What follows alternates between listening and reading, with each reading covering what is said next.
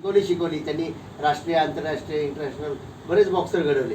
पण एक चांगला खेळाडू, एक चांगला नागरिक, एक चांगला माणूस जर तो बॉक्सिंगमध्ये जरी सक्सेस नसला झाला तो त्याच्या लाईफमध्ये घडला पाहिजे, हे सरांचा उद्देश होता. बॉक्सिंग पंचेस कोणी पण आज कोणताही म्हणजे कोच बनतोय, मी बघितले आज बरेच कोच निर्माण झालेले आहेत.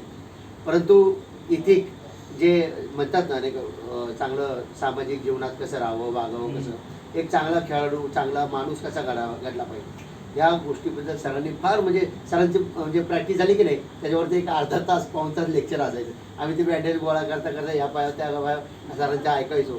रुई बनके कानवे डालो, हे शब्द मेरे ना, रुई बनकर कानवे डालो. सरांनी फार चांगलं म्हणजे शिकवण दिली आम्हाला आणि त्याच्यातूनच आम्ही घडलो. आज एक चांगल्या मार्गावर आहोत, चांगले नागरिक आहोत, कोण चांगले ऑफिसर आहे.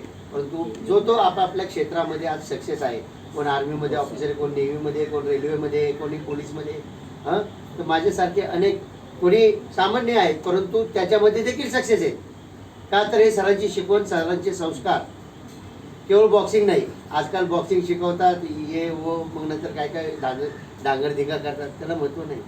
परंतु सामाजिक जीवनात देखील सरांनी जे संस्कार केले त्याचाच ही आहे की अनेक पिढ्या हे चांगल्या घडल्या आणि त्यांच्या हातून, त्या पिढ्याच्या हातून पुढचं चांगलं कार्य करते.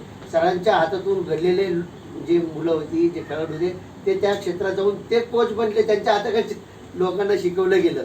एवढे सर ग्रेट आहेत की सरांनी त्या म्हणजे त्या क्षेत्रात जाण्यासाठी आम्ही म्हणजे आईवडिलांनंतर की जे असेल तर कोच असतो हे म्हणतात ना, हे सरांकडे बघून.